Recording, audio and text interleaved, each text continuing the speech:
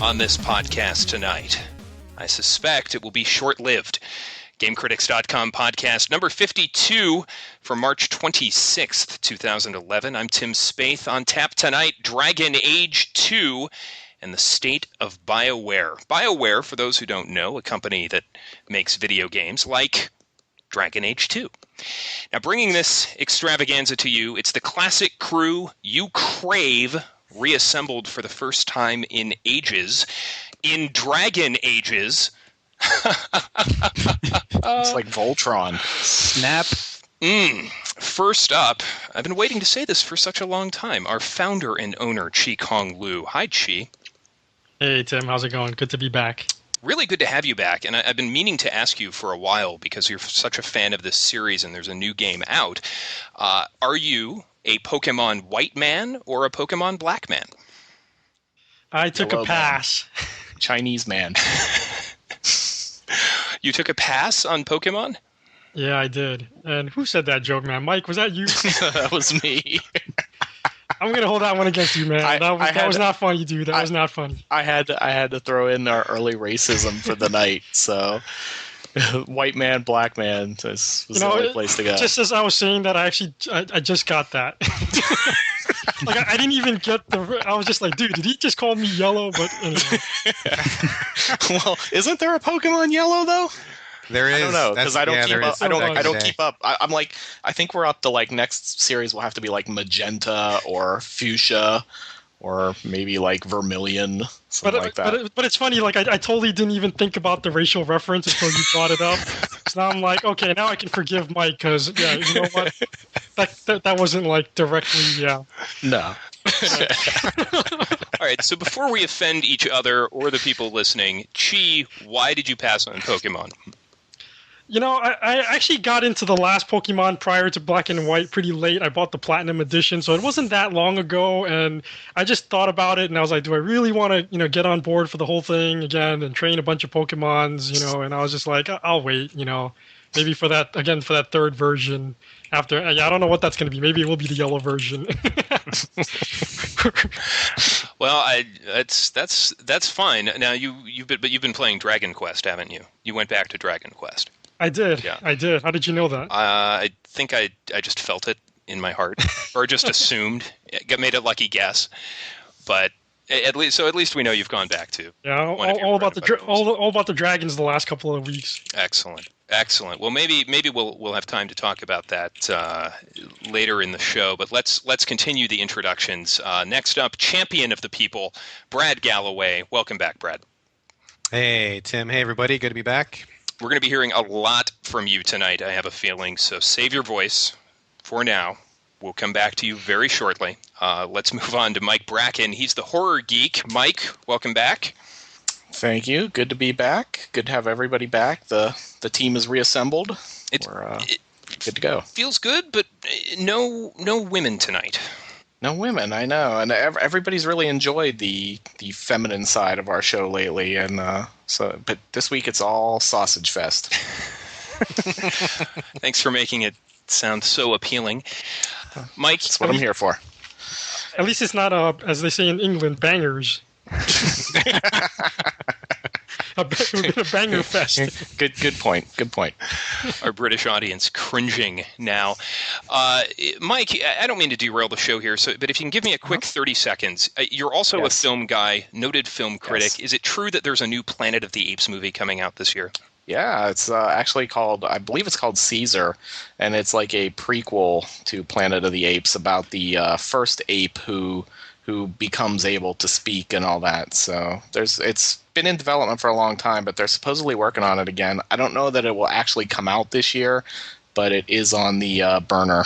So So it's a prequel to the Mark Wahlberg Planet of the Apes? Well, no, it's really sort of a prequel to the original Planet of the Apes. Yeah, because Planet of the Apes sort of starts with Heston coming back and the apes are in charge and everything, and you never really see how the apes got there type deal. I mean, I guess like maybe Beneath Planet of the Apes or something. Well, one of them kind of goes into that, yeah. Not that I know a lot about Planet of the Apes, but the film that covers that era is Conquest of the Planet of the Apes. Conquest, yes. Starring Roddy McDowall and Ricardo Montalban, the fourth Apes film. So this would be kind of a retelling or a reimagining of that. Yeah, yeah. So this is the build up to the first ape who can speak.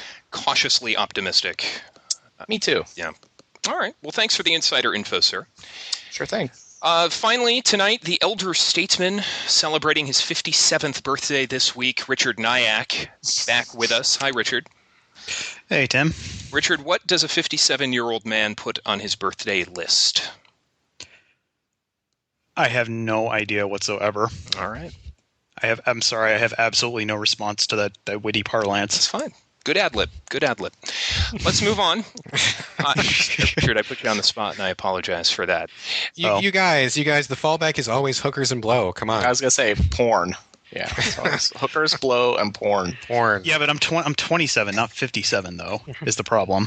But it's always a safe the answer. fallback. It's Yeah. always. It never changes. Any age. Any age. It's timeless. So, no quote of the week tonight. We have more than our share of quotes baked into the main topic. Felipe, even as we record this, scrambling to pull some final quotes together. Let's get right into it. Look, Dragon Age 2, or as I like to call it, Dragon Age 2.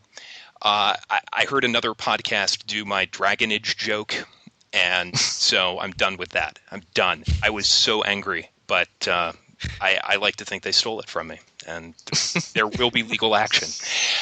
Look, if you aren't aware, Game Critics' review of Dragon Age 2, written by our own Brad Galloway, has acquired, let's say, a fair amount of publicity since it went up this week. 70 comments and counting on our forums alone. Not to mention what I've seen on Twitter. Brad, I think to say this game elicited an extreme reaction from you would be underselling it a bit. We will give you a chance to get into that in a minute, but I'd like to start by going around the horn just to each of you. If you could each give maybe a 45-second take on where you stand with the original Dragon Age, Origins. Did you play it? What system did you play it on? What was your reaction to it? Just so the audience knows where we're coming from with the sequel. So, Chi, if you don't mind, I'll start with you. What was your take on Origins, if you could remind the audience? Sure, I really enjoyed Origins. I thought it was a great RPG. My only misgivings were the really ugly kind of looking graphics, but that kind of grow on you. But after that, I'm right on board with Richard, who gave the game a 10 on our site, and I probably wouldn't have given it a 10. I probably would have given it a 9.5. But I thought the relationship aspect was really innovative, and the writing was just really especially in particular the characters, and I think Morrigan, from my money's worth, is one of the best written video game characters of all time. And you played on console, correct? Yes. Mm-hmm. Okay. And also one other thing, I had no issues with the combat, unlike so many other people who played it on the console. I actually loved the combat experience on the consoles. I thought it was great. Good. Cool. Thank you, Chi. Brad, your take on Origins. Sure. I actually did the main review for Game Critics when the time came for that. So I played through the entire game of Origins and all of the DLC and Awakenings that came after. I actually liked it quite a bit. It wasn't perfect. I mean, there were definitely some things that I wish could have been done better, or things that I didn't like, but I eventually gave it, I think, an 8, if memory serves. And I was pretty positive. I mean, for me, the strong points were the characters. I really got involved in the story. And in general, I just really liked the setting. I mean, obviously, it wasn't totally original. I mean, there are lots of references and call-outs to other fantasy works, but I thought it held together really well, and I walked away from the experience being really positive on it. Very good. Mike Bracken? Yeah, I am currently playing Dragon Age Origins actually on the Xbox 360 because I'm behind the times. So I'm 25 hours into it, and my opinions are more in line with Tim's. I could take it or leave it at this point. I'm not particularly blown away by it. It's got a very sort of generic Western RPG vibe with sort of boring graphics, and I don't know. I'm just kind of over the whole BioWare 75 pages of pointless dialogue that are supposed to set the tone of the game that I just skip through because it bores me to tears. So I don't hate it, but I don't love it either. I would probably, for me, it's probably like a 6.5 game, I guess. Wow. One of these days, man, we're just gonna devote a show to hashing that out, man. Yeah. I don't get how you and Tim just like find this game kind of dull, but yeah, it is. I find it incredibly dull, and it actually sometimes it starts out really dull, and then it kind of gets interesting for a while, and then it dulls again, and like it kind of it's like peaks and valleys, kind of, I guess, and the dull parts just really stand out for me for some reason. How far are you in the game?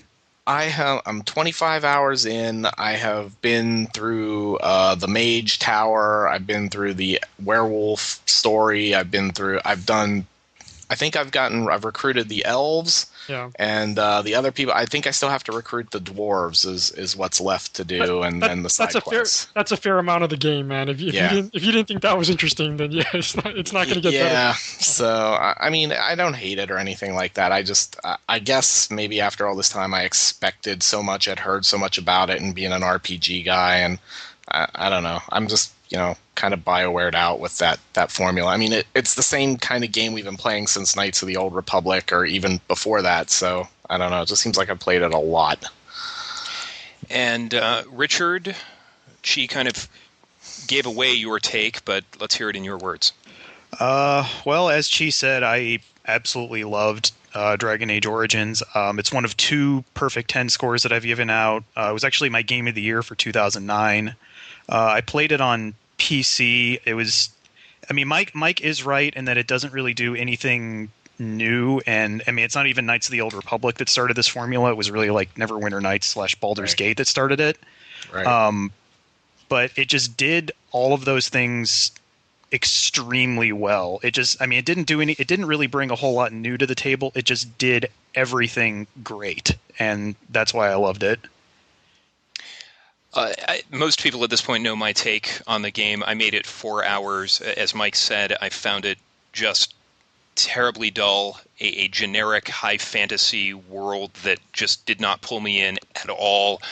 The dialogue to me was just endless droning of Blight, Grey Warden, Blight, Grey Warden, Blight, Grey Warden. Just not Darkspawn, the Fade. It was just something did not click, and it was disappointing because there was a part of me that really wanted to go back to that, like you said, Richard, Neverwinter Nights, Baldur's Gate style of game, and it turned out I really didn't want to. I tried it on PC, and I tried it several times, and boy, there was just something about it could not. It just the opposite of clicked with me. So I have no intent to go back to it or play Dragon Age 2 at all. So that's where I stand. Nostalgia's a bitch, huh? I guess, and we'll talk more about that as we go here. But boy, Dragon Age 2, Brad, you had seen this game. I believe you demoed it at PAX. Is that correct? Yes, that's right. And you talked about that experience here. You came out of that demo fairly skeptical, if I recall. Yeah, it was kind of half and half. When I saw it, I did have some misgivings. I kind of felt bad because I've actually talked to a few people who listened to that content and who read my coverage of it on my blog. And I think that they kind of interpreted my comments to be more positive than I meant them. So maybe that was my fault. But I was hopeful. But at the same time, I did have a little misgivings. Basically, the combat set off some warning bells in my head, and also the graphic style.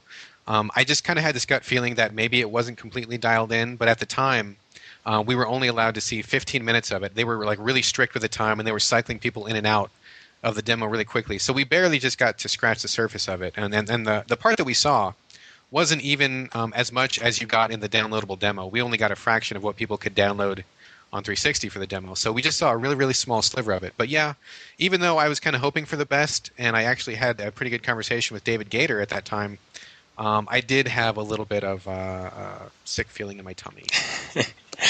So fast forward to a couple weeks ago, the retail disc arrives at your house. You crack open the seal, you put in the disc, you play the game. I'm going to let you tell the story, but I'm personally dying to know at what point did you specifically realize, oh man, something is terribly wrong here? But we'll get there. You tell the story your way, but and go nuts, Brad. Go nuts. Well, I mean, just to set the stage a little bit more than we already have. I mean, I'm a big BioWare fan, or perhaps I should say I was. I really have. I've played every console game they've put out, and I've really enjoyed all of them, to one degree or another. So I was definitely on board with them bringing out some more content of the kind that I like. I mean, I think at even one point I would have been happy playing nothing but BioWare games. That has totally changed now, though. My stance on that is not that anymore. So I think this is kind of worth noting too. A lot of people have commented that in my review I seemed like I was angry. Like I was personally angry that I had too much emotion in it. I mean, number one, there's no review that has no emotion in it. I mean, there's no like Lieutenant Data out there writing reviews. I mean, everybody's a human being. Lieutenant Commander Data. Sorry. As soon as I said that, I realized my error, and I should have known with you guys. I couldn't let that go, but yes, thank you. But I was such a BioWare fan that I actually pre-ordered this game and paid full price. I mean, this was not a copy that BioWare sent, so it's not like one that we got for free. I had to pay for it with my own money. Budget is pretty tight for me right now, and I very, very rarely pay full price for games. It's extremely rare. I mean, I think maybe every year I'll buy maybe like 2, maybe 3 full price games in the span of a year. So it's not something that I do lightly. But I was really hoping for the best, and like I said, a big BioWare fan. The game comes, I crack it open. I get through the part of the demo that I've already seen, whatever, hurry up and pass that. And as the game keeps going and I get further than what I saw in the 360 demo, I just started to realize like it's not going to change. Like I kind of thought that maybe the barren take, the kind of the stripped down feeling was just to kind of get players started, like in the very, very, very first section as the character is escaping the Darkspawn. But as the game kind of unfolded, I pretty quickly picked up on the fact that this was all we were going to get. So I think I think it's probably safe to say within the first hour or two, I knew the game was in trouble. So wait, the Darkspawn are back? Only in the beginning. Like how the game begins, for those who don't know, there's a town in the first Dragon Age that gets destroyed. I think it's Lothering, I'm pretty sure. It's one of the bigger towns, and when the Darkspawn horde comes in, they destroy the whole town, and people die, blah, blah, blah. It's one of the big key points in Dragon Age Origins. So Dragon Age 2 puts forward that your character, the player character, is someone who's escaping from that town as the Darkspawn are invading. So it's your character, their family are like running away from the city as the evil creatures are invading. You fight your way through the hordes. You meet one of the more important characters from Dragon Age Origins, and then you escape. And so the entire rest of the game is your character in a new city that they've escaped to, starting out having refugee status, and then spending the next quote-unquote 10 years building up their status in the city. You get to see sections of their life, so forth and so on, but you don't ever really return to the setting of the first Dragon Age. So in effect, it's like a really long side story. Yeah, that's kind of how I felt about it too. That's not really selling me on this game. Well, let's okay. So I want to come back to a piece of that, Brad, which is the seeing sections of these people's lives over 10 years, because to me that sounds very interesting if it was executed well. So we will find out in a bit if it was executed well. But are we ready to get Richard and Chi's take, or did you have anything else you wanted to say, Brad? No, I think that's a pretty good start. I would definitely like to hear Richard and Chi's take. I mean, between my blog post, between my review, between the ranting that I did for like 3 days straight on Twitter, I think people know where I stand if they follow me at all. So I'm very curious to hear Richard and Chi. So let's turn to Richard Nyack. And I saw your tweets, man. I know what's coming, but what's your take? Well, I mean, again, if anyone follows me on Twitter, they know exactly how I feel about this game, and just ditto to everything Brad just said. The funny thing about this is I actually did not start playing Dragon Age 2 until about a week after it came out. And I saw on Twitter that Brad was having a really strong negative opinion towards it, and I didn't believe it at first, and so I was just like, oh, that can't be right. Brad's lost it. But I was fully anticipating coming on this show and being like the optimistic voice of dissent. I was completely ready to look Brad in his virtual eye and say, Brad, you are stupid and dumb and no one likes you. But then I started playing it. No one likes you.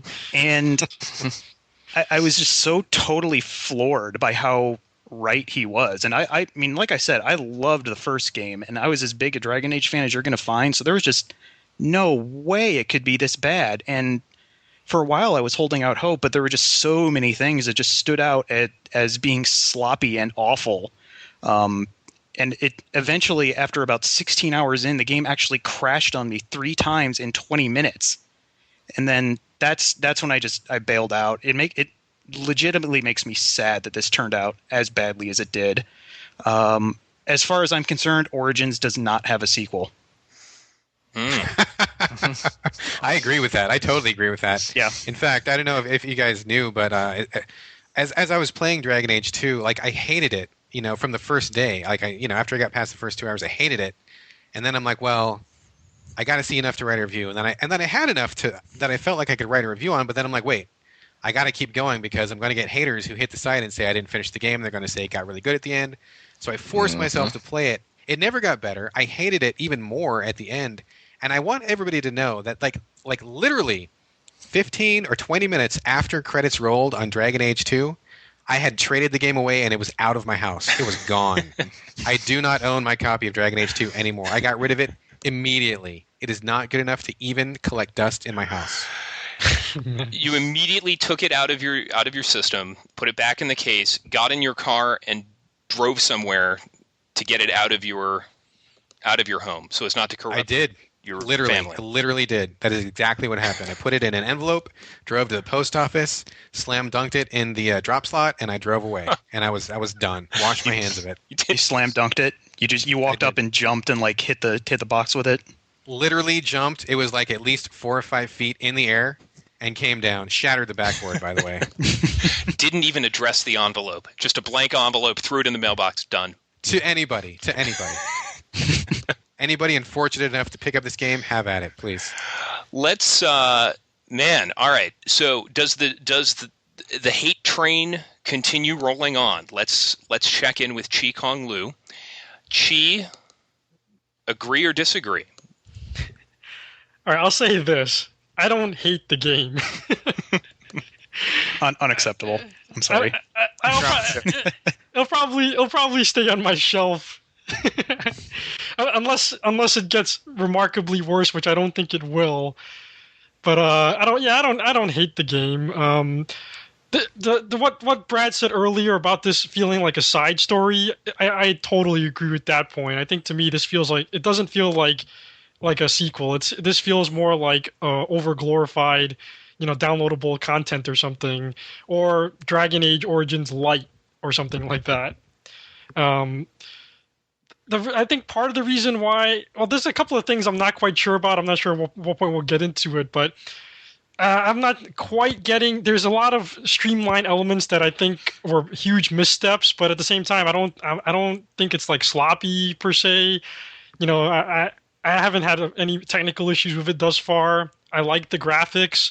One of the things that there's two things that I liked out of the original Dragon Age 2, Dragon Age Origins, was rather one was the combat, right? And 2 was the character interplay dynamics, depending on who you have in your party, the conversations, and that sort of thing, right? So both of these things in part 2 are there. Again, they seem like lighter versions. The combat's like almost like brain dead easy, but yet for as a button masher, as a sort of a Diablo hack and slash, it's sort of okay. And the character dynamics, again, they're not as well done. They're not as fleshed out, as Origins, but yet the dynamics are still there, and there's still enough there for me to be somewhat interested. I'm not like dying to get it back into it, but I'll probably still play it, get through it, try to have sex with some of the characters at least, and then probably be done with it, of course, right? Funny story about where you talked about how there are lighter versions of character progressions and stuff like that, Chi. Mm-hmm. You remember how in the first Origins you had to go through this pretty lengthy set of dialogue to initiate like any of the romance options, right? Right. I mean, beyond just the dialogue options, you had to do things. I mean, you had to Yeah. In Dragon Age 2, I initiated one of them and I wasn't even trying to. Like it just happened. Like I walked into my house and there was this character there. It's like, well, time to go to sleep. I'm like, okay. So it just, yeah, it looked like that aspect of it just felt gutted to me. Sometimes love just happens, man. And sometimes it doesn't. Chi, let me pick up on something you said. You said it feels more like a side story. So let me go back to Brad. If Dragon Age 2 tells a more personal story, if it does feel like side content, to me that's not inherently a bad thing. But do you think the stakes need to be bigger for a Dragon Age game? Did it work for you on a smaller scale? It's interesting. I actually really agree with what she said about it being like glorified DLC, because honestly, that's really what it seemed to me. Like, it didn't seem like a complete, deep, fully fleshed game. It felt like a bunch of DLC content jammed onto a disc. And I had the same feeling about Dragon Age Awakenings, although I will say that Awakenings was better. And I think even though the stakes were smaller in that there's no giant dragon to kill at the end. I mean, there's no overwhelming enemy force. There's no, antagonist that harasses you from start to finish. I think that's generally okay. Like, my issue with that wasn't that there wasn't a quote-unquote big bad that you had to face off with at the end. I think the problem for me was that the characters never felt real to me. Like, they never appealed to me at all. I mean, in the first Dragon Age in Origins, I really did feel a lot for the characters that I had. I really got to know them as people over the course of the game. You have many chances to really interact with them, and it takes a lot of work to really kind of learn their ins and outs. I felt like the cast, once you got to spend enough time with them, really unfolded in a really beautiful way, and that was really what saved the game for me, because I had a lot of problems with Origins' technical side. Looking at Dragon Age 2, I really feel as though the developers, like, they took a quick look at Origins and said, okay, let's do this again. And yet they didn't put anywhere near the same amount of effort into it. It's like they had this list of things to check off, like, okay, we need a rogue, and we need a fighter, and we need, XYZ love interests, and the heroes is going to do this and this, and then everybody's going to have at least one major problem in their life. And everything just gets thrown at you. Like, it's weird because I think one of the big shifts that happened at BioWare happened with Mass Effect 2. Now, just to let everybody know, I love Mass Effect 1. In fact, it's one of the only 2 perfect 10s I've ever given, and it's on my top 10 of all time. I'm a huge Mass Effect 1 fan, and I thought that game just did so many things right. It was amazing. But when BioWare came to Mass Effect 2, it was a really, really big letdown for me. And I think the shift was that BioWare moved the companion quests from being an excellent side story, extra bonus content thing you had to discover, to being the main portion of the game. And I don't think anyone can really argue with that. If you look at Mass Effect 2, the overwhelming bulk of the game is like collecting your partner characters and just going through their character quests, like one right after another. That's like the overwhelming majority. Same thing in Dragon Age 2. Like, we don't really have a main story to get carried along with. Now, it doesn't have to be that there has to be this antagonist to fight against, but to me, I never felt like there was a really strong central narrative. It's like the character shows up in the city, which is called Kirkwall. You need a place to stay, you're a refugee, whatever, and then stuff just starts randomly happening. Like, these events just pop up. Like, you hear that there are some Kunari people, which is like a tribe from another part of the world, and they look kind of beastly.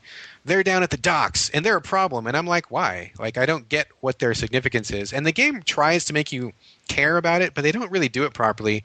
I never felt much there. I mean, there's like a side quest about your family that doesn't really go anywhere because they're not really well-developed characters. You don't really have enough chance to know them.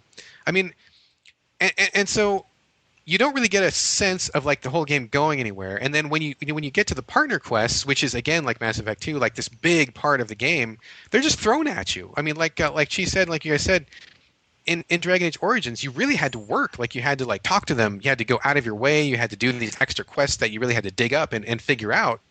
But in Dragon Age 2, they're like literally at the start of each chapter, here's a checklist. Every single one of your companions, here's their quest. Go do it. It's just like a laundry list. There's no effort to it. There's no inquisitive feelings about it. There's nothing to really explore. It's like you're just like A, B, C, get them done. And it's not interesting. It's shallow, and it feels really unrewarding. So there's just no payoff. There's no involvement. I mean, I think that this snapshots out of a decade could have really worked if I gave a shit about the characters, but I just don't. And so it just detracts from the entire experience. I agree with Brad in that the pacing of the character storylines are just really bad. Yeah, everything's just crammed together. The story arcs initiate in bizarre sort of ways, and this is, I guess, in some ways where it is sort of a technical issue, I guess. Like, you'll meet one character, and you visit her home to open the story arc, and then without doing anything, just talk to her once, and then to get the second half, you talk to her again, and then that's it. So it's not like it progresses over time like it did in Dragon Age Origins, and certain events have to happen to trigger those conversations. They literally just pile the conversations on, and you don't have to do anything to even, achieve them. It just happens. Yeah, Dragon Age 2 to me felt like, and just for clarification, in Origins, the bulk of the game is spent in these basically 4 different quest arcs, so you can recruit different parts of your army to fight this evil force, and there's 4 basically distinct plots that you have to do before you can start taking care of the end game. Dragon Age 2 felt like one of those. Like, it basically felt like one of those quarter parts. Like, it felt like a part of something much larger that I didn't get to see, and that really hurt, because basically the vast majority of the game is in Kirkwall, and it feels extremely confining, and that just did not work for me at all. I guess a turd by any other name is still a turd, but should this have not been Dragon Age 2? Should this have been Dragon Age : something else? This felt like, and I agree with what Brad said about Awakenings, and I actually thought Awakenings was all right, but this was like, it felt like unfinished DLC at that, like not even completed DLC. We're going to talk a little bit about the development cycle for Dragon Age 2 in just a bit, but I want to turn to Mike, because obviously Mike and I haven't played Dragon Age 2, but Mike, you to me seem like a guy who's been down on Western RPGs for a while. You couldn't get into Fallout 3, couldn't really get into Origins. Are the comments you're hearing tonight about Dragon Age 2 kind of indicative of your general thoughts on Western RPGs? I mean, does it kind of jibe with what you've been feeling? A little bit. I mean, without having played it, it's kind of hard to say. But just from listening to the comments, I think the thing that mostly comes through, the biggest problem with Dragon Age 2, from what I'm hearing, is that it just sounds like it was some game that they just fucking rushed out the door and they didn't put a lot of effort into it. And it was basically, Dragon Age was a hit, we put out DLC, now it's time to milk the cow with another game, whether it's really ready to go out or not. Obviously, BioWare is not Blizzard, where they just delay things until they're ready. When you work with EA, when EA wants it out, I guess it's out whether it's done or not. So, but I find my thing with the Western RPGs lately is that, and some people love them for this reason, and I'm not saying this like because I have my own list of problems with the Japanese RPGs too, but the Western RPGs just seem so obsessed with almost the sandbox gameplay model that the thing about them is that it's so easy to lose sight of the main story, of the main thing you're supposed to be doing, because you can wander off for hours. I mean, looking at something like Oblivion, which I like, you could spend 100 hours on that game and probably only 25 of it is actually spent on doing the actual thing you're supposed to be doing, closing these gates and saving the world. So I find that's my weird thing about the Western RPGs, is that they really seem to almost lack narrative focus because they're trying to give you so much to do. But honestly, from what I'm hearing here, I don't think that's the problem with this game. I think it's just this game just sounds like it was not ready to be released. Yeah, and then not. I mean, neither of the Dragon Age games have this problem, but or not. It's not even a problem. It's something I like. But I actually love that sense of being able to get lost in the world. I mean, that's one of the things I love about Bethesda's games. I mean, Oblivion was kind of hit or miss for me, but I loved Morrowind. I mean, I think I had to have sunk at least 250 hours or so into that, and I still never finished the main quest. Just because I got lost in it for so long. And that's cool. Like, I don't have a problem with it. It's just funny to me because it's like, it's great that you can play it how you want. And like, I never finished the quest of Morrowind either, and I had a good time with it. And even Oblivion, I did actually finish the quest and still spent like 120 or 130 hours just running around the world. And it's cool. It's just sometimes I feel like they're so open-ended that they almost toss you into these worlds, and like I just want the main story to be a little more important, I guess, like tie into these things a little more. I'm all for being able to go be king of the Thieves Guild and the Fighters Guild and every other guild in the in the universe. It's just that, like, I guess when I play an RPG, I want to be able to stop and do these other things, but I want to still feel like, there's this greater conflict happening that I need to attend to, and sometimes the Western RPGs feel like they lose sight of that for me. Mike, I have to call you out on this because it's sort of similar. It's sort of similar to the save game debate. And we don't have to get all emotional like last time, but as you said in that one, it's about choice. You want to have that choice, right? And it's the same thing here with these RPGs. You don't have to do those side quests. That's your own fault. No, that's my own fault. I always say that it's my and that's what I was actually meant to say before you brought that up, is that it's my fault that I'm an obsessive guy who will go off and do a bunch of side quests for 20 hours and forget about the main story. And it's just that it always seems disappointing to me when I come back to them. I'm like, because okay, if the main story was like so compelling, I would still go do side quests, but I'd be thinking about getting back to the main quest. And in a game like Oblivion or Morrowind, or I just lose sight of the main quest. So it just seems like almost like an afterthought in those games. This whole discussion we're having here is completely academic, because not only does Dragon Age 2 not have a main storyline, it doesn't even sound like it has a villain at the end anyway. It doesn't have. It doesn't. I mean, just to go back to the Mass Effect 2 example, where it was instead of like one large central story, it had like, I think 11 smaller stories that you were part of. Dragon Age 2 doesn't even have that. It has like all these really tiny little plots that, like, sometimes they're important and sometimes they're not. And because there's so many instances where it just jumps forward in time, nothing feels important at all. So it just, I don't know. I mean, this thing needed a lot more time in development, because I can't imagine that anyone played this and didn't see that. Well, let's wait, Tim. Go ahead. Before you go, I just wanted to counter one thing that Mike said, and kind of Brad and Richard have sort of said also, that I don't agree with. Is I don't agree with the point that this title feels like super rushed. I think when we'll get into the developer comments later, but I think it's more a question of they just chose to, they made these design decisions that didn't work out in the end. Because the quality is there. I think the quality is there. I would say from what I've read that I'm seeing these people are complaining about, like, certain and a lot of stuff being recycled in terms of art and stuff like that. That to me feels like they rushed.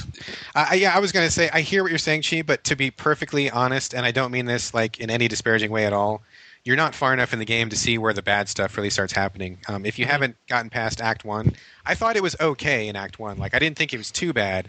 I mean, it was bad, but not as bad as I eventually found it to be. But when you get past Act 1, you're going to get hit in the face with a lot of really crappy stuff. I think essentially you're going to find out that the game never leaves Kirkwall, so you're going to be stuck in Kirkwall the entire game.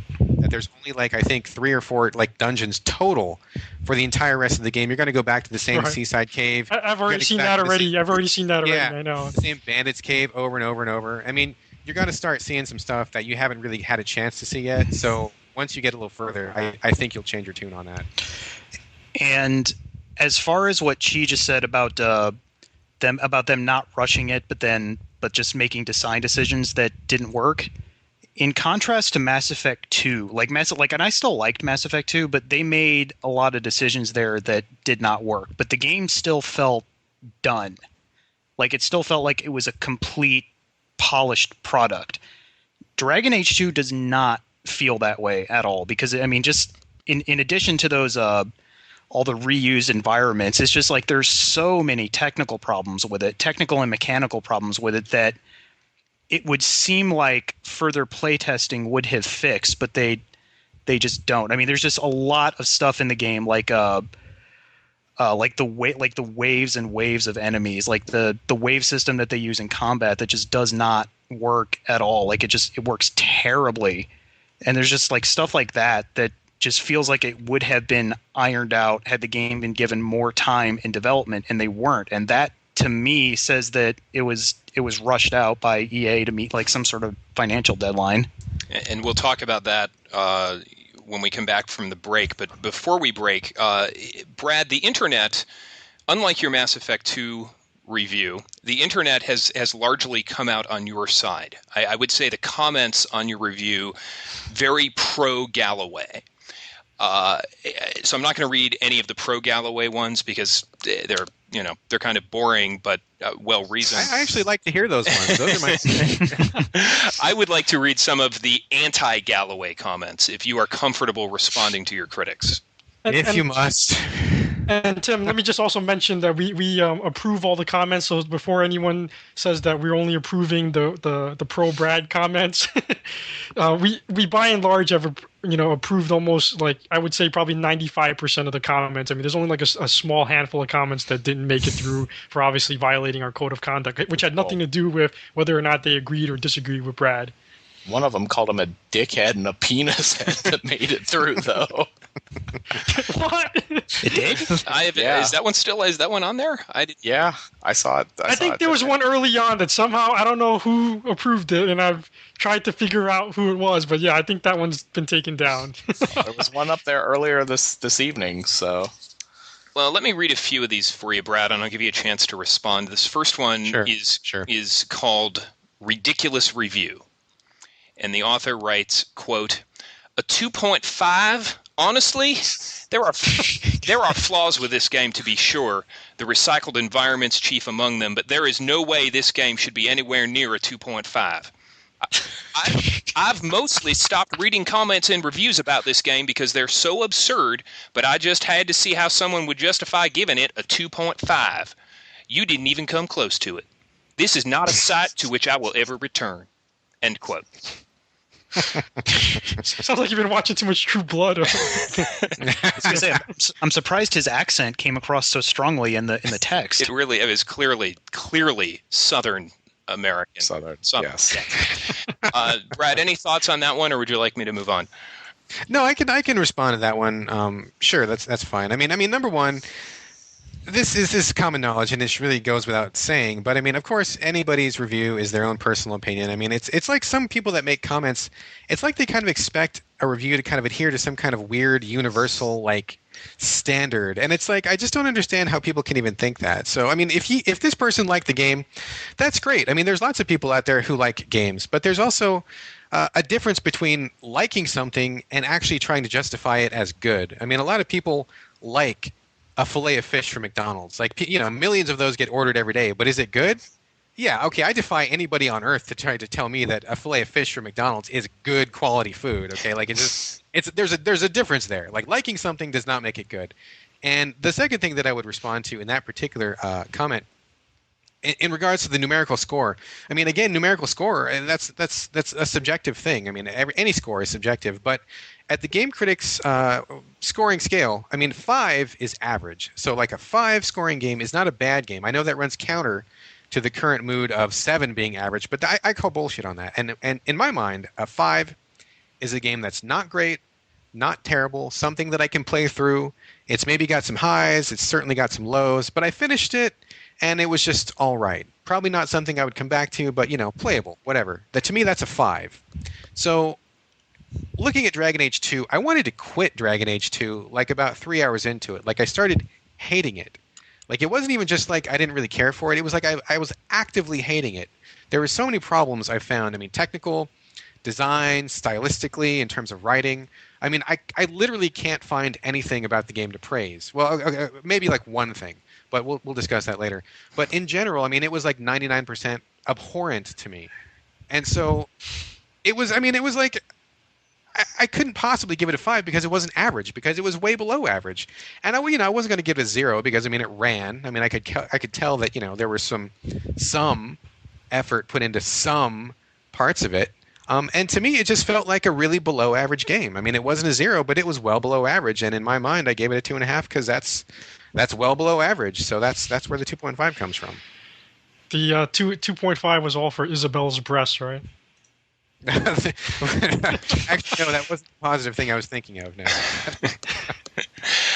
Let me read another comment for you, Brad. This one has a subject line of "Give me a break." I love a good Nell Carter reference. Here's the text. He writes, quote, "This review is clearly designed to agree with the user reviews on Metacritic, which are filled with hundreds of moronic PC gamers who consider streamlining the same as dumbing down. BioWare neither A, sold out, nor B, stopped becoming a good developer. I thought game reviewers were supposed to have some degree of journalistic integrity.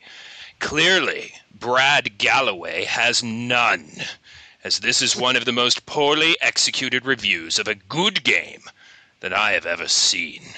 End quote. It sounds like, did Lord Humongous from Mad Max leave us a comment? Drove up in his wasteland vehicle and just left that comment behind. In response to that, I would say first off, reviewers are not journalists. I think there's a big difference between being a game journalist and a game reviewer. I am a reviewer. I am not a journalist. A small point maybe, but I felt like it needed to be made. And as far as the rest of it goes, I don't really ever remember having it in my personal agenda to agree with the user reviews on Metacritic. I mean, and it's funny because usually we get slammed for disagreeing with Metacritic. So yeah, it's like usually we're the outliers. Yeah, what happened to that? Yeah, I found it very interesting that as soon as the embargo was up on Dragon Age 2, there was like 5 or 6 reviews that were all like 90s or whatever. So it got a really good official, quote unquote critic review. But if you looked over at the user review, it was down in like I think the 20s or the 30s. I think now it's, last time I checked, it's like hovering the 40s or something. But I think this is one of the few times, or actually one of the most interesting things to me, because the critic score and the user score are so different. There's like a world of difference between them, which to me speaks volumes, actually. The one of several people in the comments actually mentioned that one of them was Melon, and who basically said the same thing, that rarely there is such a wide chasm between the professional review and the user review. Do we have any thoughts on why that might be in this case? Complicit press. There you go. One of the more grievous examples of this that we saw was with Hydrophobia, which came out last year. I gave it a 2 or a 2.5. I don't remember what I gave it, but it was a really low score. But there were a couple of publications that gave it like 9s and 8s, and then the publisher had this big stink with some of the outlets that gave it a low score. And it just goes to show you that there are, and I'm not going to name any names here, but like there are some outlets that are just giving 8s and 9s out like they were used toilet paper, and that is a big problem within the game reviewing industry. It's one of the game reviewing industry is insanely corrupt for those reasons. Richard, at first I was going to say you calling it complicit press was a very diplomatic and safe answer, which was good because I didn't want to be like too inflammatory. But then you ended on calling the reviews toilet paper and outright corrupt. So you kind of just and used toilet paper to boot. That's even worse than toilet paper. So you just kind of ran the spectrum right there. They don't get paid off nobody's handing them briefcases full of money, but they hold that whole you play ball with us, or you don't get any advertising, or you don't get early review copies, and you don't get to come to do previews and all that stuff, which we all know totally goes on. Right, but I don't want to cast these huge dispersions without substantial proof, or without having a real argument. So why don't we go to Tim? Brad, you said you had a follow up. Well, yeah. Just following up on what Mike said. that was exactly what I was going to say. It's kind of hard to tell now. But if you had been looking at Metacritic when those reviews first hit, every single one that had a really good score was from a pre-release copy. There was no other way for those reviewers to have been through the game in order to get a review out on release day. So obviously they were the outlets that had some kind of relationship or were viewed as being quote unquote friendly. with either EA or BioWare. I mean, and that's why the score, jumped up so high from the get-go. But, as time went by and more people who, like us, purchased our own copy and started turning in, a little more reasonable reviews, that score just kept steadily sinking and sinking and sinking. So I think there is definitely a connection between friendly early outlets and overinflated scores. Can I read? Yeah. Can I read one more comment? Can I read the Shakespeare one, please? Sure, Please? sure. Just a little Sure. piece, just a taste of the Shakespeare comment, and then we'll take a break. The subject line of this comment: has an editor read this? It begins, and I quote, "This review is among the worst product reviews I've ever read for any product, if not the worst altogether.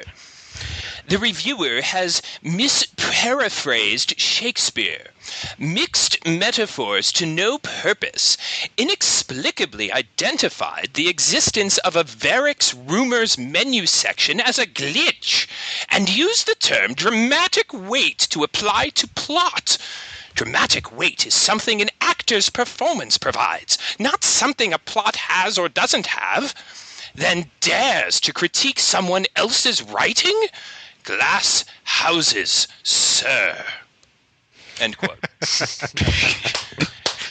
That was certainly, certainly. Bravo. That was a masterwork right there. I mean, That was the best paraphrasing of Shakespeare that I've ever heard. yeah, that's misparaphrasing of Shakespeare. Misparaphrasing, yeah. I don't know how people can say I misparaphrased something, but I think, whatever. I'm going to let that one speak for itself. And he's totally wrong about dramatic weight as well. But, Yeah, I think the game has actors, that's for sure. So. I love that. That's a treasure. That is a treasure. Let's pause here. I think this is a good time to take a break. When we come back, we have, oh boy, I've got comments from the developer of Dragon Age 2. We've got some listener questions for us to answer, and we have some listener responses to some questions I posted on the forums, just some general things about BioWare. So, let's play some music. We'll be back in 60 seconds. Stick around.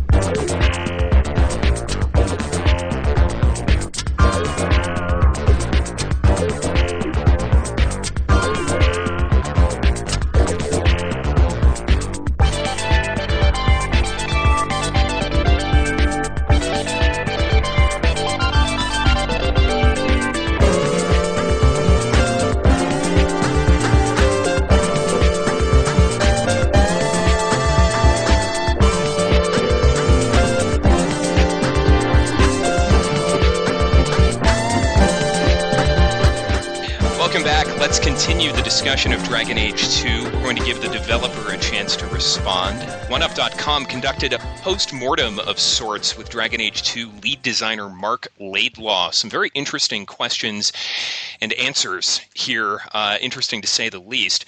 Here's one. Essentially, OneUp asked the following question. They said, "It's our understanding that Dragon Age 2's development started before Dragon Age Origins shipped." And Mark Laidlaw says, yes, Dragon Age 2 was begun before Origins was released. Isn't that interesting? And they go on to ask, OneUp asks, since BioWare is known for taking consumer and critic feedback and figuring out how to apply the most useful data gathered for the next title, it makes us wonder, if Dragon Age 2 started work before Dragon Age Origins was released, how did you arrive at the decisions that were made for developing Dragon Age 2? And Mark Laidlaw, who is a great guy, nice guy, smart guy, I'm not going to read his entire answer here, but he doesn't really answer the question. He gives a very sort of generic response. He does say it's a hard question to answer because that implies decisions were made and never revisited. It's very much company line kind of stuff. Does it disturb you at all that these games came out so quickly, like within 18 months of each other? And how could they possibly know to abandon the more Baldur's Gate style of game for this whatever Dragon Age 2 is? I mean, what if Dragon Age Origins had come out and people were parading in the streets that Baldur's Gate had returned, and now here's Dragon Age 2, and it's a completely different type of game. Well, who's to say that they didn't make those decisions after all the feedback from Origins had come in? I mean, it's not that. I mean, it is kind of company line what he said, but I mean, it makes sense that they could change the game mid-development to something. And I'm not saying it was right, but I'm not saying what they did was right. But I mean, they could do that. Yeah, I think it's a work in progress, as Richard's implying. I mean, I don't think they made all the finite design. I'm struggling to saying the word design all night. It's not like they made the design decisions prior to the release of Dragon Age Origins, and then that was it. They didn't make any changes thereafter. You know what I mean? Yeah. I think they just started, looking at what they wanted to do, and then evolved it as it went along. I'm going to put forward my own personal theory that this game was intended to be DLC. When you actually take a look at the small number of assets that were devoted to the game, just the general feeling, how quick and shallow everything feels. Like I said earlier in the podcast, it really feels to me like Awakenings Part 2. It does not have the same depth, the same kind of obvious workmanship that was put into Origins. And I wouldn't at all be surprised to hear that, EA or someone responsible for these decisions said, well, okay, well, we can puff this up. Let's make this actually Dragon Age 2 rather than Awakenings Part 2 or whatever it was supposed to be originally, because this, to me, in no way, shape, or form at all feels like even remotely to the same scale that Origins was. I'm just not at all convinced that this is the legitimate sequel that they had planned. Not even for a second do I believe that. It's an interesting theory, and there's I think there's a lot of truth to it. What about? And I've floated this theory many times, but is BioWare stretched too thin? Mass Effect, Dragon Age, Star Wars: The Old Republic. Are we trying to make too many games too quickly? Is EA strong-arming BioWare to get all of these products out in a quick amount of time? I mean, I guess the lightsabers for Old Republic don't pay for themselves. What are your thoughts on that? I do agree, Tim, that when you look at the amount of time that they took to make Dragon Age 2, that is a little disturbing when you think about that. I mean, really.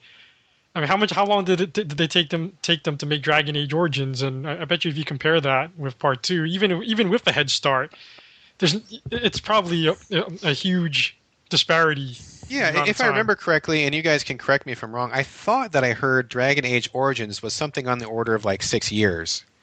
And then to go from something like 6 years to 18 months, I mean, that's crazy for itself. Yeah, it's ridiculous. That's crazy. Yeah, it seems like, because I know that Origins was started, I think, because when Mass Effect 1 came out, I think they had either just started or had been working on for like a year. They had been working on Origins for like a year, because that would actually make sense that it would take them that long, especially because a lot of the feedback they took from Mass Effect 1 was integrated into Origins when it came out. So yeah, that would make sense.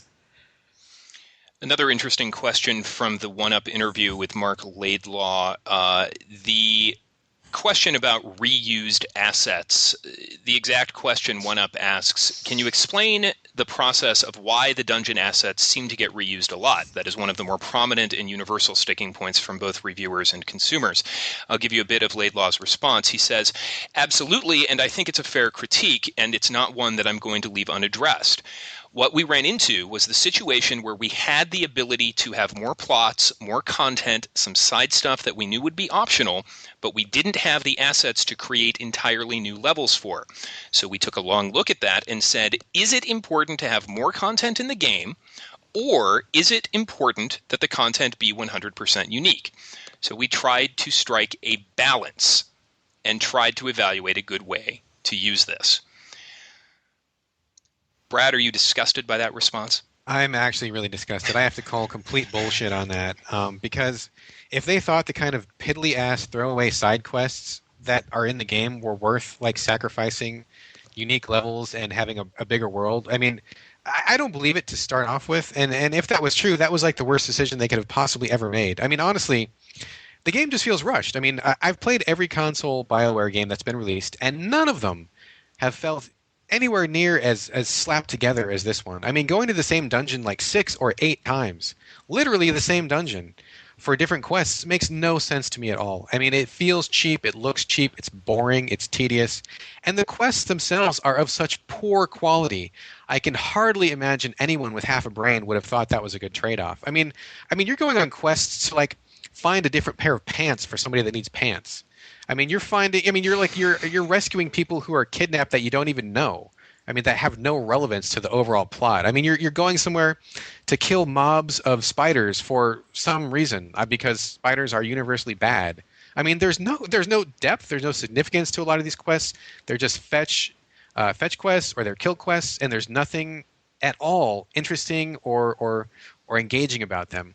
And so to stuff the game to the gills with crap like that doesn't make any sense. I mean, I think that is completely a smokescreen and not at all the truth. I don't believe it for a second.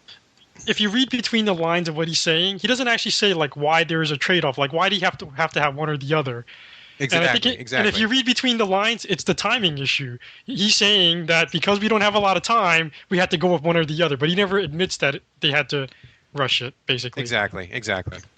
And Brad, I wanted to ask you about it because one of the first things you just said there was you had never seen a BioWare console game that had reused content the way Dragon Age 2 did. Is that correct? Yeah. Mm-hmm. In Mass Effect 1, they actually reused dungeon areas a lot, especially for the side quests. Like, so would you call that kind of the same scenario as Dragon Age 2, or what's your take on that? Not at all. I mean, I certainly know that some of those little, I guess, Cerberus outposts or whatever, they were all kind of the same layout, basically, like the one large room, the stairs, and the upper room. Yeah, there was certainly some recycling in Mass Effect 1 for sure. And that was one of the things that I wasn't really too keen about. But it wasn't really that big a problem in light of the larger game. And there was like so much other stuff going on that was great about that game that for me, it was really easy to overlook. But I mean, even though that's true about Mass Effect 1, I think that the degree to which things are repeated and reused in Dragon Age 2 is like an order of magnitude worse than anything that we saw in Mass Effect 1. I mean, it is insultingly bad. It is ridiculously bad how often these assets get reused. And Richard, in Mass Effect 1, there was a construction company that specialized in prefab planetary housing, and that's why those buildings were all the same. Just so you know. Okay? Okay. All right. Just fine. Back off. Because every mobile home is basically the same, right? And so these installations were like mobile homes of space. So I mean, every Federation starship is basically the same, right? Mm-hmm. Pretty much, yeah. So, yeah. It made sense at the time. Sorry. I think that's good for the Laidlaw interview, unless there was anything anyone remembered from that interview that you think is worth bringing up. There was one part that sort of harkened to a point that you were trying to make earlier about the direction that they took with the more intimate approach, with a 10-year span. Yeah. And one of the things that I found interesting about the interview was how they thought that the story to Dragon Age 1 wasn't very good, that it was, more or less your typical epic fantasy, archdemon, kill the big bad guy at the end type of story. And they felt that the writers, he almost implied like the writers felt hamstrung, and they wanted to, tell a more, like as you said, more, a more intimate story. And that's the reason why they needed to, have this, name the character Hawk and that sort of thing. And to me, that's one of the huge missteps of the game, because it wasn't. I don't think anyone complained that the story in Dragon Age Origins wasn't any good. If anything, that's what people praised the most, that the story was really good. So why they felt they needed to address this and fix that, it was a huge misstep to begin with. Secondly, it also harkens to this other issue of how sometimes game developers just don't let games be games. And, like they felt like having a nameless avatar, or one that's based primarily on the player, somehow hurts the story, or they're not able to tell a more rich story. As if the story has to become more of a novel or a movie in essence. And I just disagree with that. I think, first of all, you always have to have player input. You can't discount that. I mean, they talk about how like they wanted to keep the costumes the same, and they wanted to take away more player customization in order to tell a richer story, is what he was implying. And I just disagree with that on so many levels. It is a part of the problem with video. No, I wouldn't even say a problem. It's just part of the genetics of video games, and that's just something they should deal with. And again, they did a great job with Dragon Age Origins to begin with, so I don't see what the problem was there. Yeah, and it's one of the things that I took away from and like you just said, Chi, is I really missed the options to choose my character's origin. Yeah. I mean, it's like I missed being able to be an elf or a dwarf or whatever if I wanted to be. Instead, I'm just this guy. Or this girl. I'm like, my character was a guy, but this guy who just felt like very constrained. And I don't know if either of you guys had played as a mage, but Mage Hawk does not feel very well thought out at all, because it doesn't seem like the world is designed to react to me as if I'm a mage. Like, did either of you guys play a mage? I did play mage, actually, yes. I totally agree. I mean, well, two things. Number one, again, I think that the BioWare line given as a response to that was complete bullshit. I don't for a second think that stripping away players' choices to customize characters makes the characters feel more real. I mean, if anything, it felt cheap. It felt like the options were gone, and they did such a great job of that in Origins, so why would you take that away?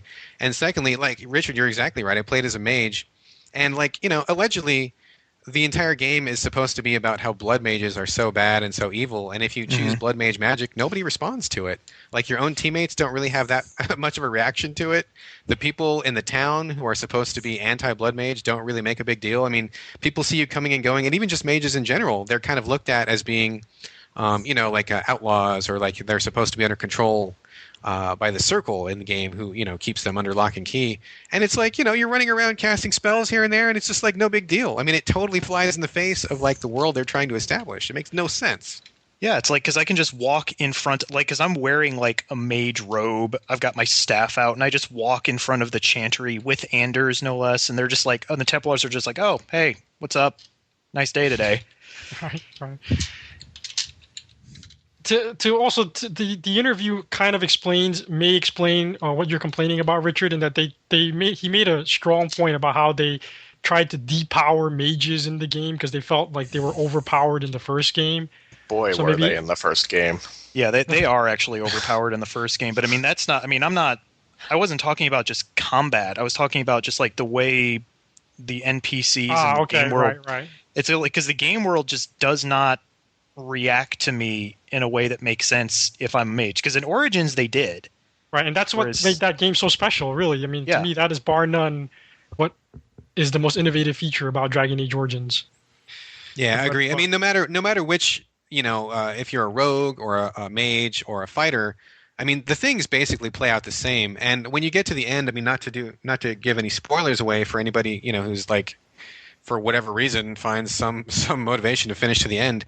I mean, the ending is completely stupid, and there's not really anything that really gives you a feeling of like, oh, I got to this ending because of the choices I made or because of the way I played my character. It all feels completely dialed in. It didn't feel like anything that you did really made a choice. I mean, it stripped away, like you guys said, everything that made the story in the first Dragon Age so memorable. I'm trying to find the quote, and unfortunately I can't at the moment. I'm paraphrasing, but I don't think it was Laidlaw, but there was another developer who said they had statistical data that in Dragon Age Origins, virtually nobody played more than one of the 6 origin stories. So they said, well, if you're not going to experience multiple origin stories, we're just going to develop one spectacular one and not essentially waste our time making 6 separate ones, which I think is just that just speaks to, we only have 18 months to make the game. That's kind of a shocking statistic, really, because I can't imagine especially assuming they actually liked the game, I can't imagine that there were a lot of people that didn't go back and at least look at some of the other origin stories. That's a really surprising stat. I didn't at all. I didn't do that. But I think a more interesting stat would be how many people chose different origins. I mean, it's not like every single person played the fighter. Yeah. It's like everybody picked a different one. I don't think it matters that. I mean, because for me, I felt so attached to my character, I didn't really want to go back and try a new character because I felt like this was the Grey Warden that I adventured with, and so this is the one I'm connected to. But I think we all, I mean, people chose different ones. I didn't play a mage the first time around. I mean, I played a fighter, a human fighter, but I met people who were played the elves or people who were the dwarves. I mean, everybody picked a different one. That's an important part. Yeah, I agree 100%, Brad. And I'm one of the people that only picked one origin as well. But picking that one origin was so critical for that game, because I think if it wasn't for that choice, I would have been like Mike or Tim, and I would have probably gave up on the game. It would have been just one more generic RPG for me, you know. But the fact that I got to pick my origin and play through it, unlike in Mass Effect, which really was a big downer for me, not being able to play the origin in Mass Effect.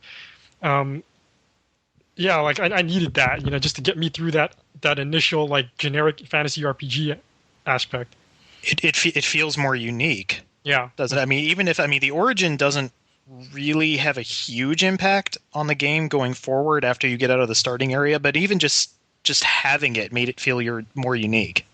Oh yeah, it gives the player a real easy way to get buy-in on the character. I mean, you feel invested because you personally chose to your preference how you wanted to look and how you wanted to start and what sex you were. I mean, that right off the bat is a great way to start a game. I mean, that's how you get people involved, and to take that away makes very little sense to me if that's where you started originally. Let's move on from the interview, because we're running a bit short on time. I have a lot more listener comments to get through and some responses to some questions we asked. We had a question, and I'm going to paraphrase the question. This comes from Drake Cigar. I think I'm pronouncing that right. I think he left this comment on your personal blog, Brad. Like I said, I'm paraphrasing the question. He wants to know what we think of the controversy brewing over same-sex relationships. And basically, to paraphrase what's going on the BioWare forums, a poster indicated that he was offended that a male companion would hit on his male character, that he does not want a homosexual relationship or and I don't know that he's using the phrase homosexual agenda, but that he doesn't want that forced upon him, that he shouldn't have to endure that. Again, those are my words. I haven't looked at the forum post myself. Well, I mean, what he's implying is that somehow he's being excluded now as a heterosexual white male, right? Exactly. Yeah, because I think The plight of the white heterosexual male. Right. The world is stacked against us, damn it. Right. God, it's so rough. and that's really exactly what he's saying, and it's so completely ridiculous, because like you don't have to. I mean, there's one character, or at least one character. I actually completely missed the other character that this can happen with, but there's one character that kind of hits on you close to when you meet him, and if you don't want to be in a relationship with him, you just tell him no right there, and nothing ever happens again. So nothing is being forced on him. That guy's full of shit. Yeah, and I mean, I did read the official BioWare response, and it was a well-written response. I don't have the exact phrasing in my mind, but one of the things that stuck out for me was that the writer said that they wanted to copy real life a little bit, in that sometimes you may not be gay, but if you're just standing around somewhere, maybe some gay person will, come up to you and just hit on you. I mean, that happens in life. If you're an attractive-looking guy, I guess. I mean, if you're not, then don't worry about it. But, that happens, and to add that element into a game, I thought was kind of cool. And that was the one thing that I was going to praise, was I really did like that there were accessibility options for people who may not be a straight white male. So, it's like Richard said, you don't like it, you tell them no, and then they don't harass you about it, and it doesn't make you gay that someone in a game propositioned a homosexual relationship to you. You simply say no, and you go about your business. And if you got a problem with that, you probably shouldn't be playing RPGs. Yeah, the lead writer of Dragon Age 2, David Gator, responded to this poster, and I do have his response here.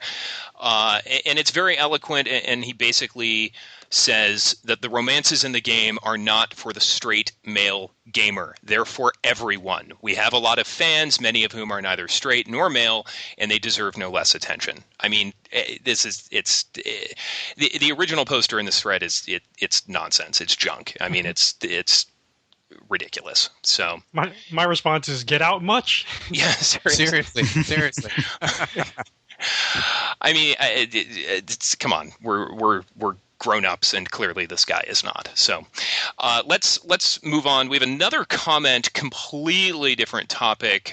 This one more of a technical comment. This is from Thief of Hearts. He writes, BioWare needs to stop trying to sell HD TVs. I don't know why, but Dragon Age 2 is atrocious on standard def TVs. The cutscenes are done in a thinned-out, forced pan-and-scan letterbox that shake.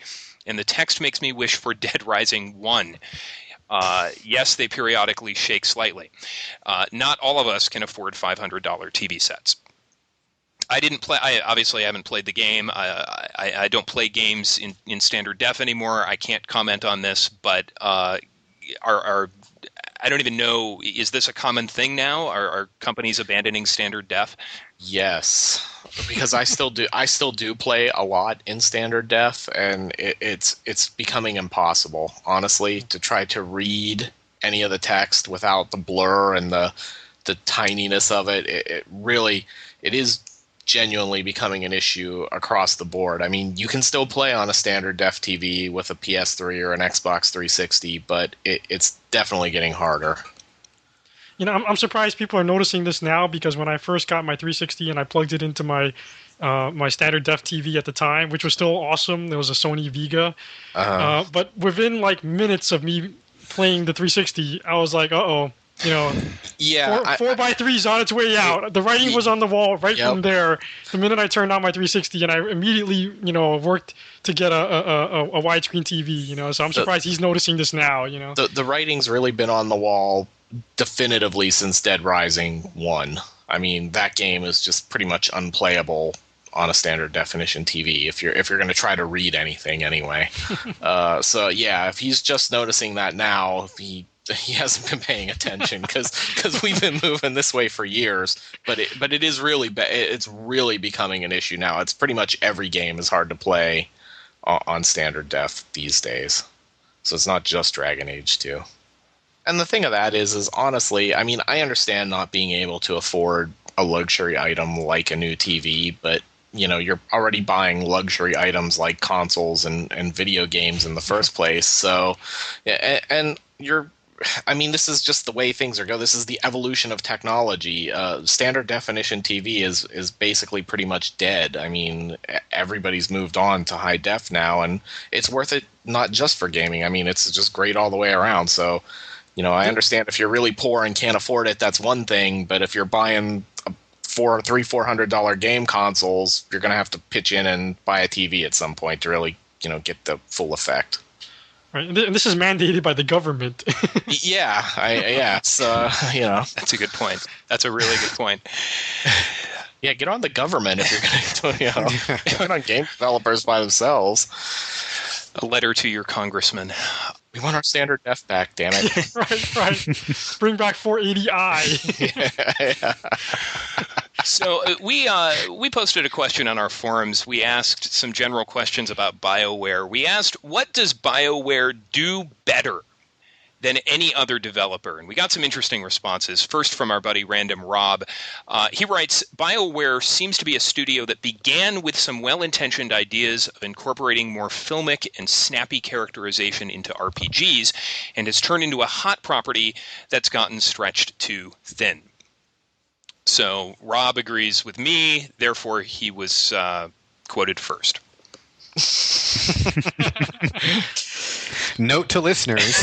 If you want to get on the show. But I think he makes a great point.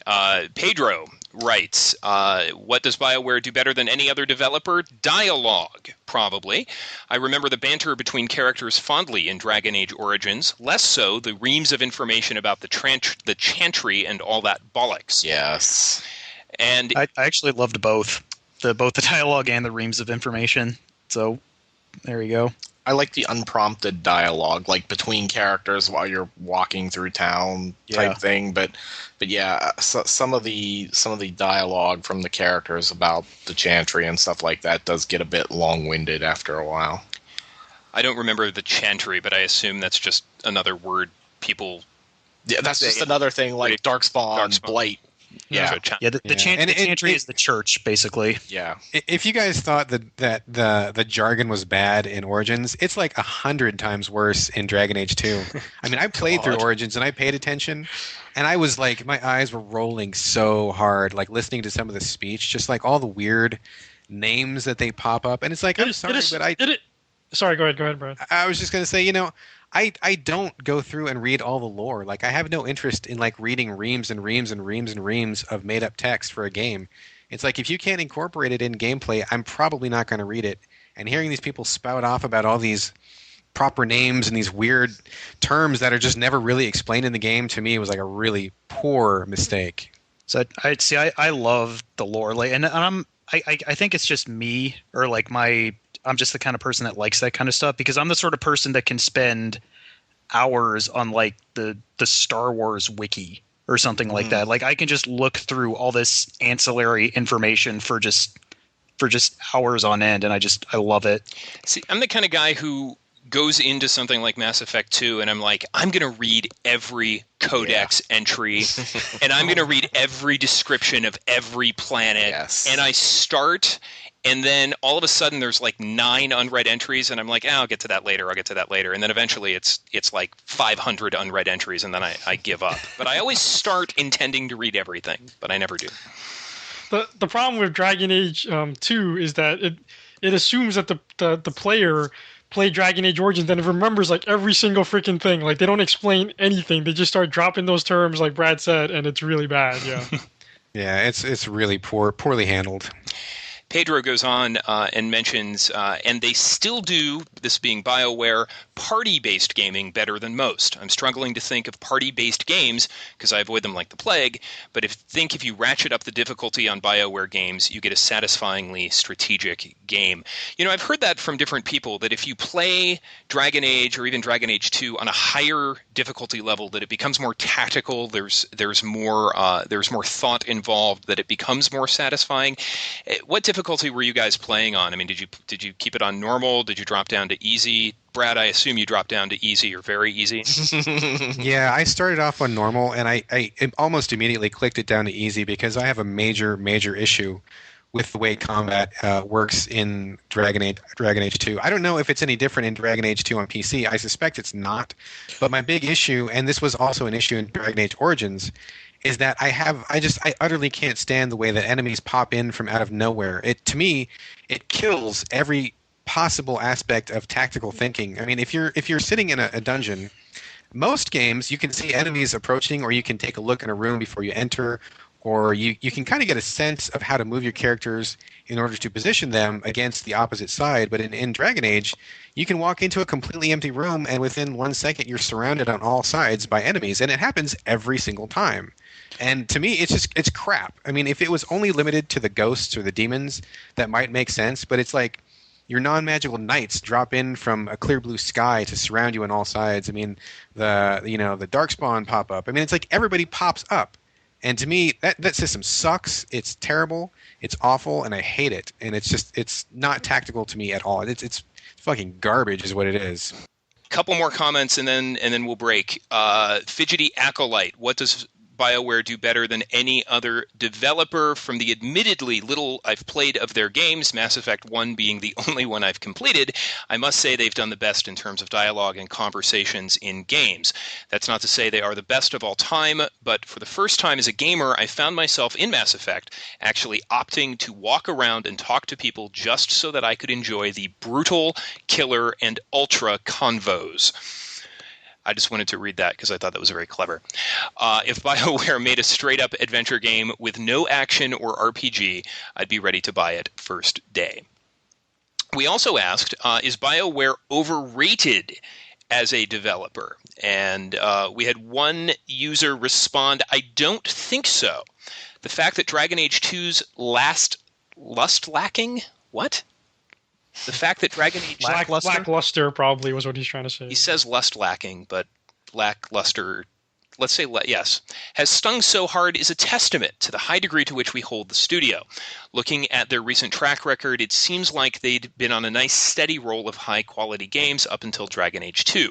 Perhaps the only other company I can see being held to the same or higher degree by the gaming community is Valve. I think their lofty positions are rightfully deserved due to the usual delivery on their ambitious promises. And look, I would put Blizzard in that group as well. And this is the thing, as awful as Dragon Age Origins was for me and Dragon Age 2 is apparently, and as disappointed as I was in Mass Effect 2, I am still really excited for the release of the new Mass Effect 2 DLC that's coming next week, and I'm really excited for Mass Effect 3, because when BioWare is on their game, they're on the top shelf. They're fantastic. So this recent drought has not diminished my excitement for their games. I'm certainly looking at them with a more discriminating eye, but I'm still excited about what they've got coming up, with the exception of Old Republic, which I'm indifferent to. But Brad, your comments at the beginning, BioWare is greatly diminished in your eyes. You are no longer the BioWare fanboy you once were. No, they have broken my trust. I mean, I loved every single game they did. Had very little issue with some of the problems they put out. I really had much admiration for their approach towards characters and development. I mean, as being someone who writes, I really did appreciate the effort that they put into the more cerebral side of their games. But this was inexcusable. This wasn't just a bad game for me. This was knowingly taking advantage of consumers who trusted BioWare. This was a cash-in without a soul, and It's broken. It's different now. I don't feel that way anymore. It was a scam, really.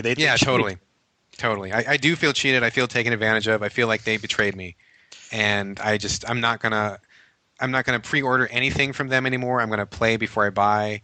And they have just, once you cross that line, you can't go back. And to me, they jumped over that line with both feet and screaming glee. So I'm bitter with them right now. Yeah. With the exception of Jade Empire, Dragon Age 2 is the only BioWare game that I have flat out not liked. So this does kind of hurt them in my eyes as well. You didn't like Jade Empire? I thought Jade Empire was good. I like Jade Empire. Yeah. I did not like Jade Empire at all. But that's probably another podcast as well. The final thing we asked for from our readers was alternate names for Dragon Age 2. That is, specifically, if Dragon Age 2 had retained the naming convention of Dragon Age Origins. So Dragon Age : something. We got a few good answers. My personal favorite, Dragon Age: Advent of the Penis Unicorns. We had Dragon Age Bog Snorkeling and Dragon Age Oranges.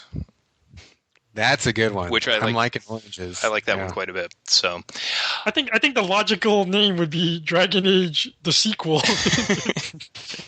Dragon Age: Return of Dragon Age. So we are going to close the book on our Dragon Age BioWare discussion, but I'm going to turn to Brad. Brad, we're here tonight because of you. I'm going to give you the final word. Thank you, Tim. I just wanted to close out really quickly with a comment that I picked up from one of the people I follow on Twitter. It's a female. Her name is Velour Velvet, and she's certainly a person to follow if you don't already. But she was playing Dragon Age 2. And the way that she put it, I think, perfectly summed up my feelings. Her quote was, "Playing Dragon Age 2 is a lot like anal sex. I felt obligated to try it, but it was too painful to continue." Excellent. What was this person's name? I'm going to follow her now. Velour Velvet. Very entertaining person to follow if you don't already. The podcast just got another achievement. Anal sex reference. Anal sex mention. Ding. Achievement unlocked. Well, speaking of anal sex, when we come back, thumbs up, thumbs down. More after this.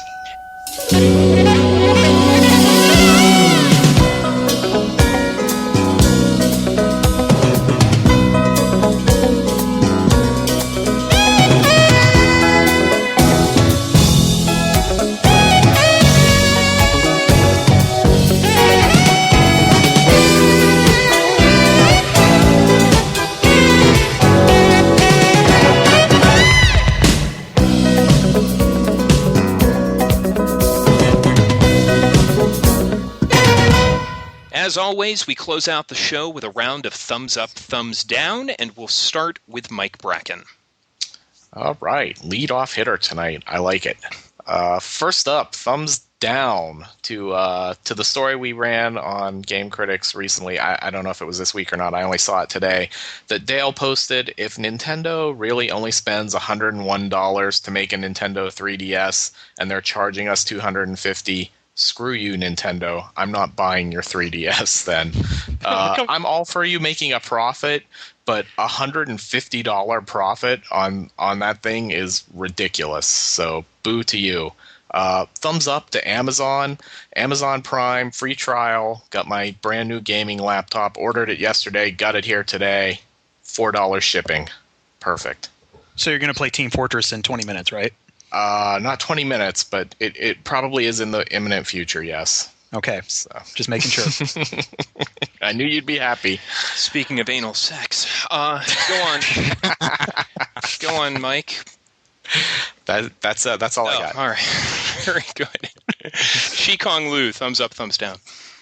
Thumbs up to the recent announcement for River City Ransom 2. Hell yeah. I've been meaning to ask you about that. I forgot all about it. I mean, you've got to be just pumped and primed for that.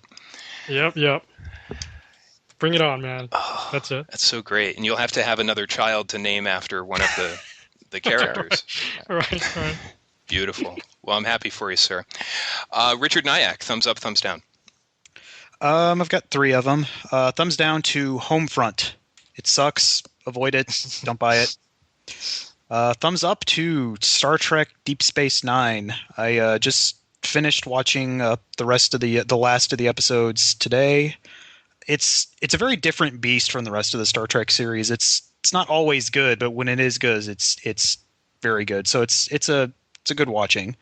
And then thumbs up to Persona 3. Hooray! My copy of it just arrived yesterday. I'm hopefully going to start playing it later on this week. I'm told that this is the one that I should start with out of all the. I think or PS2. PS2, cool. I don't know. Fez or just the regular? It's. I guess it is Fez because it says Persona 3 FES. Yeah, that's the one to play. That's the one to play. There you go. That's other what than the PSP one. So, yep, you're set. You're now a man, Richard. Yep. Congratulations. Finally, at age 57. Brad Galloway, thumbs up, thumbs down. Thumbs up to Dead Man's Reach Coffee. It's a brand I've been drinking for a while. It is my favorite brand, and I just love the roast that they do. I'm a big coffee person, huge coffee person. And living in Seattle, like, for whatever reason, people think I go to Starbucks all the time. And even though Seattle is the home of Starbucks, Starbucks is crap. I mean, Starbucks coffee is terrible. And people who live in Seattle actually don't really drink it all that often. I think the real coffee connoisseurs, if they have a choice, will go like anywhere other than Starbucks. So give Dead Man's Reach Coffee a try. It's really great, and it's available in certain chain grocery stores. You can also order it online. Good stuff. It's probably my favorite roast of all time. Thumbs up. They need to make a video game called Dead Man's Reach also. I'm sure there's some game somewhere called that, I bet. If we did a Google search, I'm sure we could find something. I thought that was a game when you first said it. No, it's coffee. So the second thumbs up goes to Being Human, a TV program from the UK.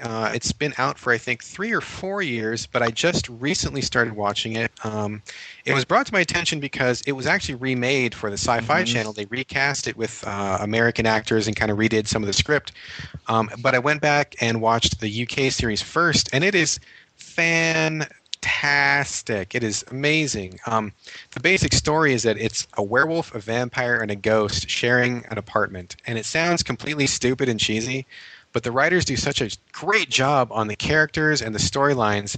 It is just the best series I've seen in a long time. So Being Human UK, the UK version, excellent stuff. And my final thumbs up goes out to God's Eater Burst for the PSP.